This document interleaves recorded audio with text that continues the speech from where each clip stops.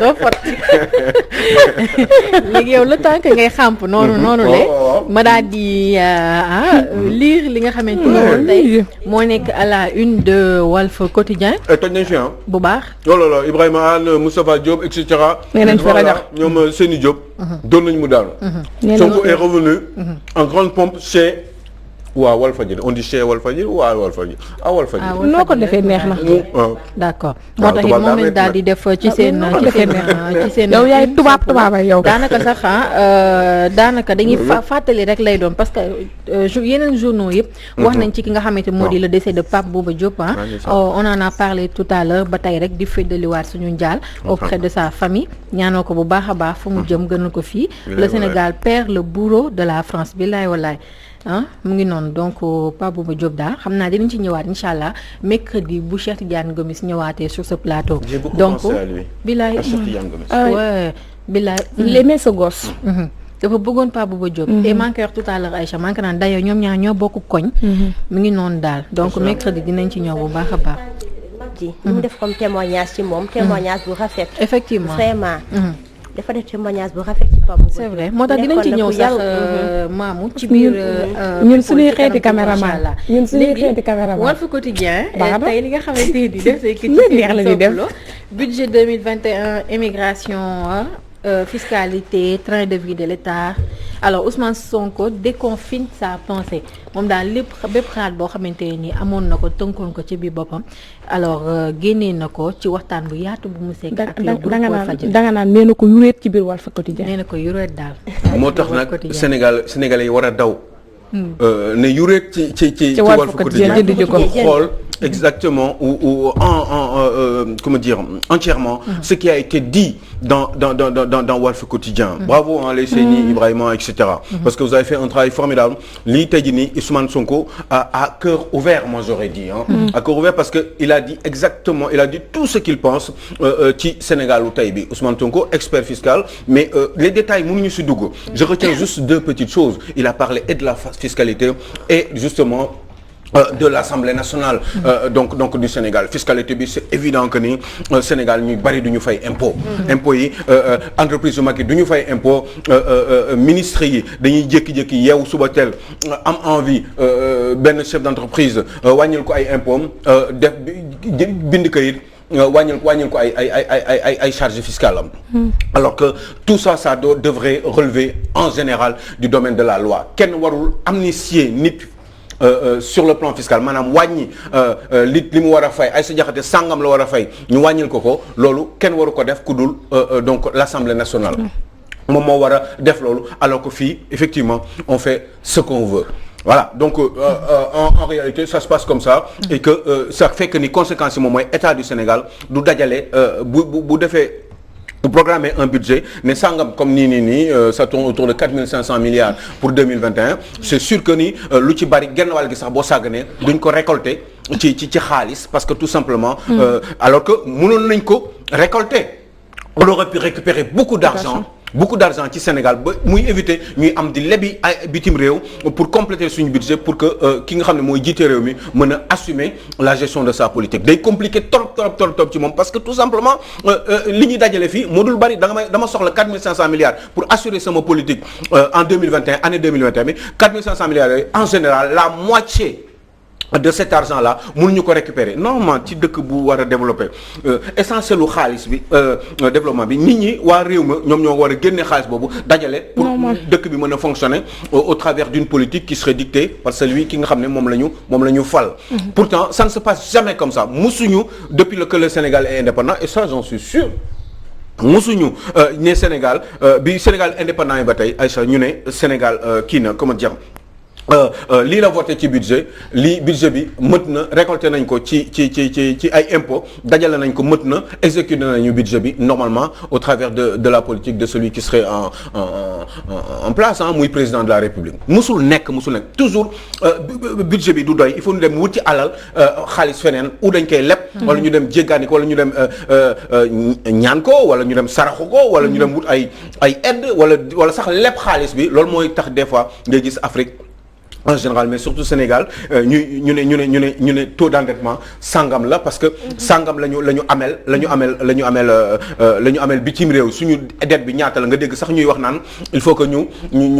éliminer dette bi dégg nga fan yëpp ak Covid naan dañu war a éliminer dette alors que avant Covid bi on continuait presque taux d'endettement bi warul nekk ay 57% 60% en ce moment donc te limite CEDEAO à la limite 70% la donc ça pose beaucoup de problèmes. Et pourtant Alioune Sow individuellement chacun demande à ce que ñu yokk seeni budget te li ñu gis moom mooy nekk individuellement ministère bu nekk yokkal nañ la sa budget mais li ñuy gis moom mooy nekk tey jii même bu fekkente ne yow demandé nga nekk lii buñ la nee par exemple bu la député ne la lii matul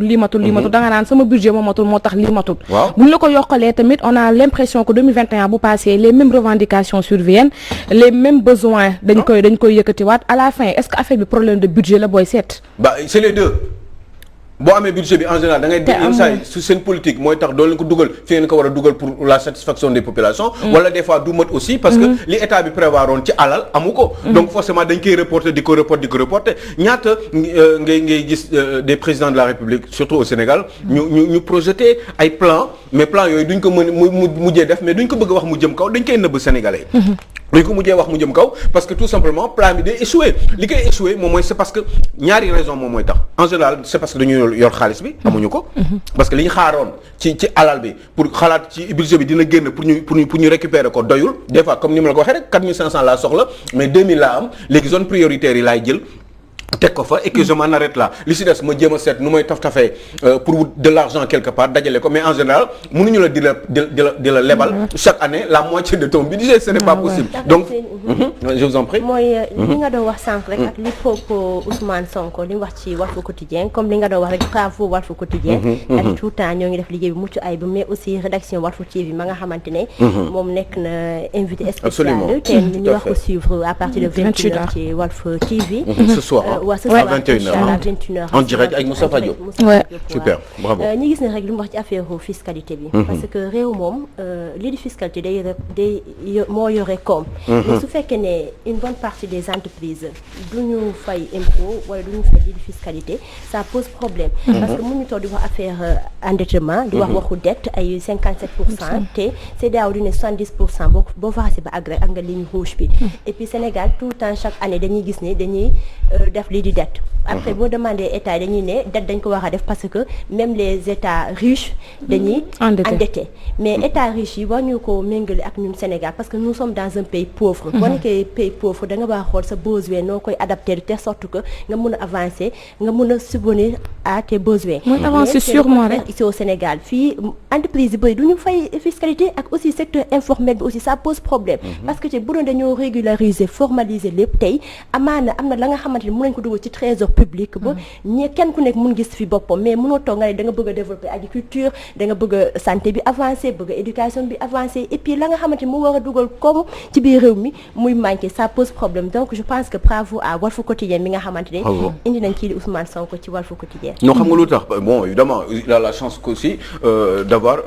d'être inspecteur des impôts et domaines ba pare doon expert fiscal aussi Ousmane Sonko donc forcément li muy wax en général da koy xam te bu ko waxee sax da ngay xam ni dëgg la quoi il y a même pas besoin d'être expert bu la ko waxee nii boo ko liiree da ngay comprendre ni kii li mu wax dëgg la et puis évidemment au Sénégal on ne paye pas des impôts mais xoolal rek mais man je sais pas man pour man agent pour man Sénégal bu ñu waxee 4 milliards la ñu soxla moi je pense que 3500 yi war nañ ko mën a génne ci biir réew mi il suffit juste rek nga doxantu te jarul ngay génn Dakar de il suffit juste nga doxantu rek ci région du Cap-Vert nga xool kër yi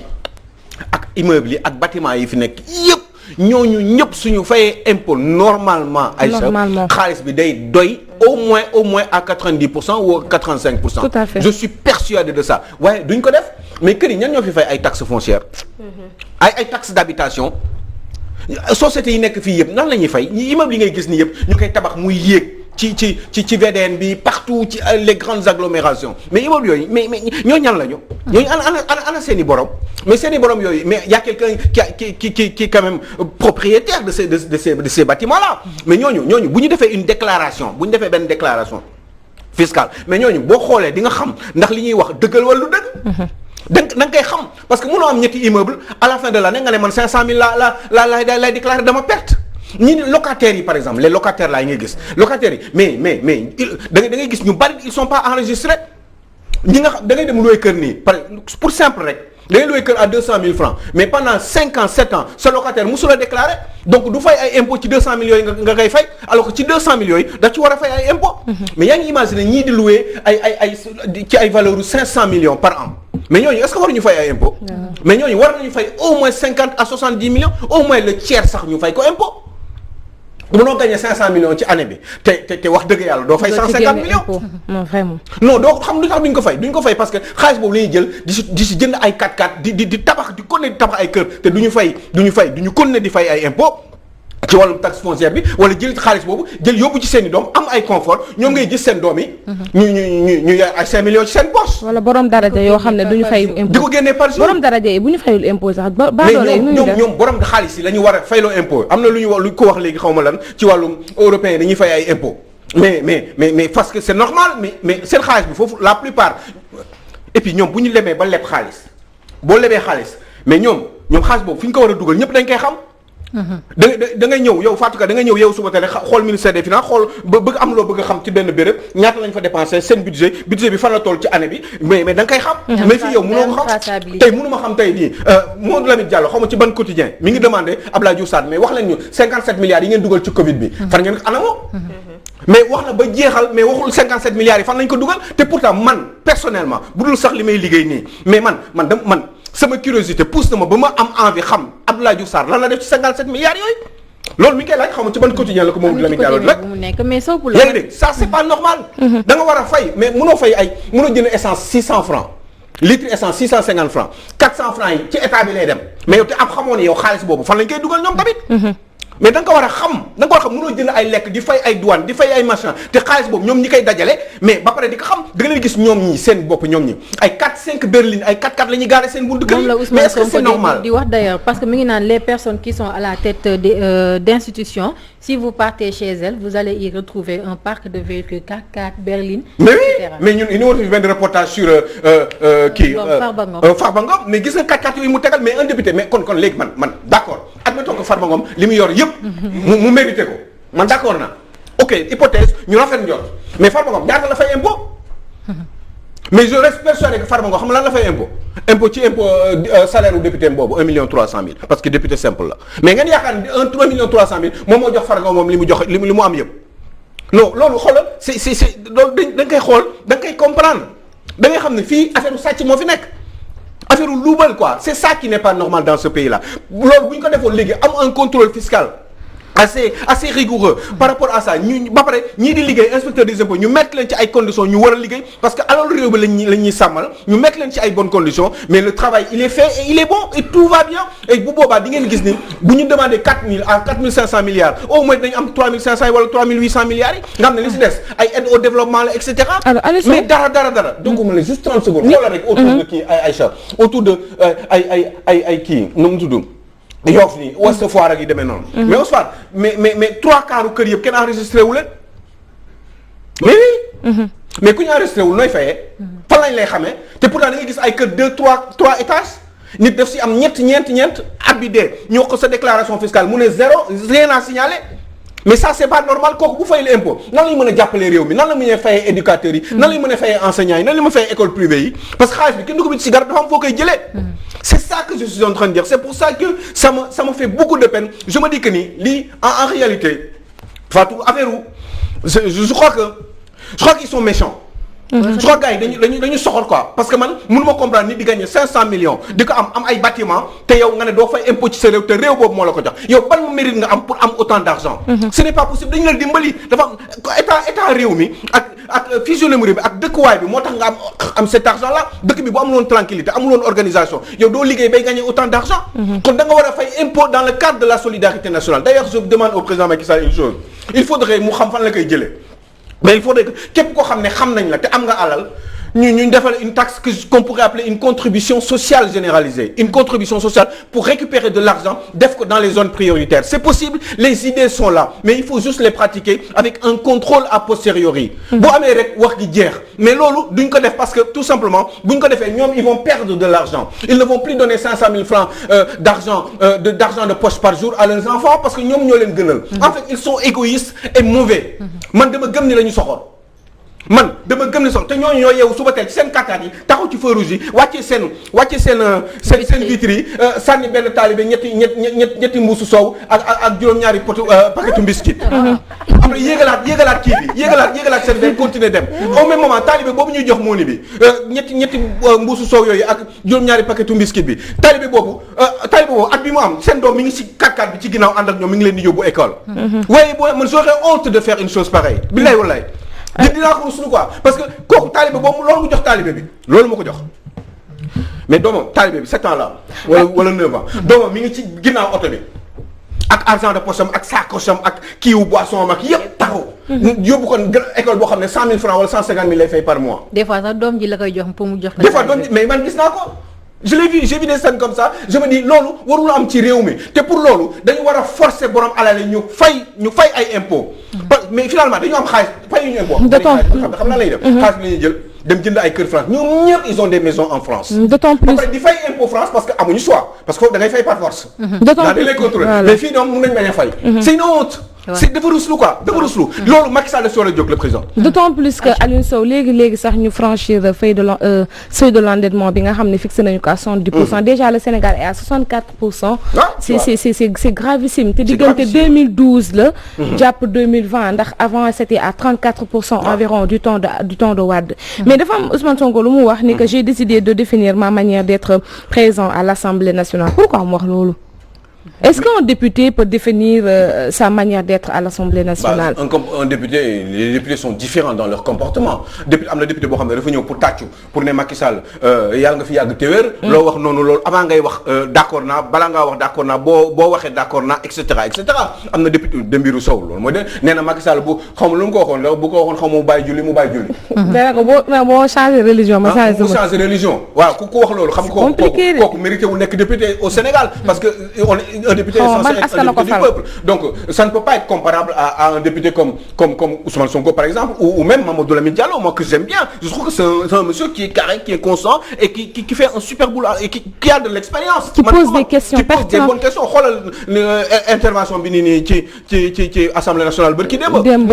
man loolu laa bëgg député yooyu laa bëgg mais bëgguma ay député Dembourou Sow wala ay Sira Ndiaye ak yooyu noonu ñekk xaw ma fan. c'est béréb yooyu naan mais ñooñu c'est juste parce que dañu am mbooloo am mbootaay ñu dugal leen Assemblée nationale. Donc être un député différent pourquoi pas certainement ni ma ko entendement bi ma am. mooy député boo xam ne du député yi nga xam ne ñooy tàccu rek fu Macky Sall waxee ak gouvernement ñu ne Yaram Kala non ce sont des gens qui n'en valent pas la peine qui ne devraient pas ou qui ne méritent pas d'être à l'Assemblée nationale. Je reste persuadé que ni Thierno Bocoum devait être à l'Assemblée nationale ndax li ma ko xamal démb ci position à l'Assemblée nationale nekkoon commission comptabilité. Ces gens comme ça ñu mel noonu laa bëgg ñu bu dee 160 lañu. 165 ou je sais plus moi 160 députés mais bu dee loolu la mais au moins ñoom 140 yu mel noonu. Aliou Sow léegi nan nga xalaat kon ci dàqum Déthié Fall bi nga xam ne il n'a fait que dire peut-être li mu xalaatee Sénégal mais après qui lui a valu une exclusion au niveau du parti Rewmi. Sud Quotidien il dit limoge Déthié Fall gannaaw kàddu yi mu wax ci assemblée. mais oui nee na Macky Sall il faut que xalaatam mu dépasser Diamniadio ci gàttal bi mu waxee waxu agriculture bi joxe ci xalaatam ba pare dafa ne pour cela il faut que xalaatam mu dépasser Diamniadio. yaa ngi dégg loolu la wax en ironisant dafa doon ironiser par rapport ak li Idrissa Seck daan wax démb tey doog a ñëw moom xalaat na ni loolu dafa ko war a continuer di ko xalaat Idrissa Seck nee na ko yow waroo xalaat loolu. parce que loolu moo doon wax amatul sens. ndax léegi man mburu ak soow la te mburu ak soow boobu yow doo ñëw di ci sotti vinaigre mënul nekk. ce n'est pas possible parce que donc. Sénégal neex na yaa ngi dégg donc loolu moo tax Idrissa Seck jël ko dàq ko ba pare indi beneen prétexte ne ko du loolu moo tax ma dàq la li tax ma dàq la leneen la mooy yow dama gis sa comportement da nga commencé di am benn comportement toppatoo ligne de parti ligne politique u parti bi. et que yow da nga fi nekk parce que da nga maire parce que da nga bëggul woon nekk da nga bëggoon ma def le ministre defuma le ministre moom moo tax nga def lii parce que évidemment Idrissa Seck a proposé Ali Saleh Diop bu Daara Jolof ak kooku noonu Diankhoba Diattara bi nga xam ne jéem na ko def maire son successeur à la mairie de Thiès ba sonn ça n'a pas marché même en tant que premier adjoint parce que Idrissa Seck daanu fi nekk ça n'a pas marché donc comme le garçon il est quand même très très très loyal et très fidèle vis-à-vis de ce mentor-là, eh ben mu xalaat ni kooku moo gën Déthié Fall pour mu nekk ministre loolu ça lui a mu ne Idrissa Seck nee na moom loolu moo metti Déthié Fall. loolu moo tax Déthié Fall commencé di am yenn comportement yi bañ a suivre la ligne de conduite du parti donc finalement comme kii mi ngi commencé di exagérer loolu moo tax mu dàq ko. voilà maintenant dàq na ko maintenant Déthié tant pis pour lui et tant pis pour vous c'est votre problème. voilà je suis sûr que Yankhoba Seydi aussi war nañ ko mën a dàq parce que moom jour boobu midi ci la xam ne Idrissa Seck dafa war a bi ñuy nommé Idrissa Seck à 16h moom midi lay doog a xam midi xamul woon ni moom Idrissa Seck dafa war a ànd ak Macky Sall. parce que ñoom ñëpp loolu la ñu waxoon nekk Idrissa Seck les a trahis ba pare ne leen topp leen sama ginnaaw comme ay xar. amul problème léegi nag xëy na Déthié dafa ne moom d'accordul. léegi man li ma bëgg a wax rek Aliou Sow xam nga tey bu ñuy toog di wax ay chef de l'opposition kan moo war a doon chef de l'opposition entre Abdoulaye Wade Ousmane Sonko Idrissa Seck tey bu ñu gisee ni Déthié Fall bu ñëwee ba ñu daal ko destituer ci postam te Déthié Fall xam na ni li mu wax ci assemblée nationale c'est tellement pertinent ndaxte dem na ba ne bu ñu jëlee jeunes yi ñuy liggéey def agriculture chaque fin du mois kenn ku nekk mun nga am ab payoor 250 000 francs CFA kon 250 000 francs CFA chaque fin du mois nga koy am je pense que loolu fii Sénégal ñu bëri am ñu salaire boobu fii salaire am 100 000 sa problème la waxatuma am 250 000 tey bu ñu jàppoon topp kaddu ya nga xam te moom la Déthié Fall wax amaana tey dinañ ne dañoo soxla genre personnes yi ñuy toog di wax seen idée seen i xalaat ñu koy utiliser mais tey moom bu ne dafa bëgg a xëccoo ay nekk chef de l'opposition or mënoo may possibilité ñenn ñi wax seen point de vue ana lu ñu war a def pour réew mi mën a avancer tout ça mais bon ak mbir bi daal doy na waa daal comme li kii wax rek tant pis pour ñoom ñëpp ay politiciens lañu ñu daal di daw très rapidement wax ci leneen lu doy waar Aliou Sow nekk ci à la une de l'évidence 3e mandat de Macky ce qu'en pense Cheikh Oumar Anne alors Cheikh Oumar Anne yëkkati na ay kàddu daal jëmale ko ci li nga xamante moo di wàllum 3e mandat nee na fi mu nekk ni lu war a mën a nekk la selon la constitution ndaxte daal président bu amee beneen mandat du 3e mais 2e mandat la selon la constitution. oui. que je vous dise man lii nii je crois qu'il y a quelques mois waxoon naa leen ci li ma ci xalaat. je crois que au niveau de la constitution il y a un problème avec une disposition transitoire. Au départ je n'étais pas d'accord avec Babacar Gueye professeur mais après je me suis rendu compte comme en général damay doon xool plutôt la constitution française ak yooyu ci la gën pour man c'est la même chose au Sénégal donc bon c'est vrai qu'il y a pas une grande différence mais donc à un moment donné j'ai toujours pensé que ni ce n'était pas possible parce que nul bi moo ma sonaloon nul bi mais ci biir nul boobu est-ce que ça concerne j'ai toujours compris que la loi elle ne dispose que pour l'avenir et elle n'a point d'effet rétroactif sauf par décision expresse du législateur maintenant est-ce que législateur bi def na ko ci constitution bu bees bi décision expresse ne la loi bi dafay rétroactive par force loi dafa ne yoon dafa ne la loi elle ne dispose que pour l'avenir loi boo teg pour ëllëg la la loi elle ne dispose que pour l'avenir mooy loi dina disposer Aïcha pour ñuy déglu olof que pour l'avenir que léegi waaye loi bu ñu teg rek waaw doxalinu jamono ji lay topp waaw ci liy ñëw liy ñëw waaye sauf leen rek moo tax mu demee neneen mooy législateur bi mooy kiy voté loi mooy assemblée nationale mu ne loi bi ci day dellu ginnaaw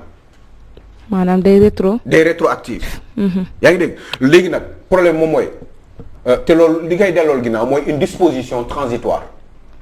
ce qu'on appelle une disposition transitoire te disposition transitoire boobu amul ci constitution bu bees bi est-ce que ñoo ko tey fàtte ko waa wala déet kenn xamut pour man xaw ma mais caay-caay politique mun na tax ñu fàtte ko ñu fàttelu ko pour ubbil benn brèche éventuellement au président au cas où mu bëgg un 3e mandat selon situation conjoncturelle bi ce qui se passe maintenant parce que tey ji nii bu ñu doon lire constitution bi bu dee constitution rek la ñuy lire bëgguñu xam leneen fàtte nañ moral fàtte nañ éthique fàtte nañ lépp suñu yoon nekkul ci ay ngor ay waxeet ak yooyu faalewuñ ko ñu lire ko kese mais premier mandat bi Macky Sall premier mandat bi mais du constitution bu bees bi moo ko fi teg donc on prend constitution bu bees bi reconnaître xamul kuy Macky Sall. da ngeen wax li ma wax. xamu ko sauf dañ rek la ko waroon mën a xàmmee député bi mooy le législateur. mu ne yow Macky Sall bii bokk nga ci. parce que nul bi est-ce que c'est pas pour l'avenir. est-ce que yaa ngi may dégg dama bëgg mu leer. leer na naa ñu Aliou Sow. waaw léegi nag bu fekkee ne nul bi c'est pour l'avenir ça veut dire que Macky Sall premier mandat mi bii la. ci kayit laay wax waxuma waxu ay waxeet waxuma waxu éthique waxuma waxu Macky Sall mu am na lu mu fi waxoon moom moo ne moo bloqué affaire bi mais il l'a bloqué il l'a mal bloqué ou il a ouvert une petite porte. wala kañ la ko bloqué. wala non mais parce que Macky Sall bind na bi ñu defee référendum ba pare jël na kayit bind na conseil constitutionnel am lu mu ko laaj. ne ko est-ce que sama mandat bi ci la bokk dem na ngeen vérifier ko mu gën wax gi. conseil constitutionnel xam naa la ko tontu. non bii bokk ci. waaw conseil constitutionnel boobu tey jii nii bu Macky Sall posé waatoon une deuxième candidature pour lui. mais ki ko waxoon bële bokk ci bu njëkk bi bokk ci. mais kooku ñeme na di ko waxaat leneen. da ngeen wax. waaw parce que bi mu bëggee def 5 ans. bi mu bëggee def 5 ans war a jeexal. 2017 am na lu mu ko waxoon. même bi mu bëggee def 5 ans. war a jeexal 2017. waaw mais conseil constitutionnel wax na ko ne mën na dem ba 2019 parce que boobu bokku ci. waaw effectivement Aïcha Sow la donc. Aliou Sow li nga wax nii dafa garaaw de. mandat bi daal dafa leer te yàgg nga ko wax et l'histoire t'a donné raison et li si kanam sax nag dina gën a leer incha allah. mais nag dañu leeral ni bokkul dara ak kii bi de ak li ma xalaat man ci deuxième mandat bi.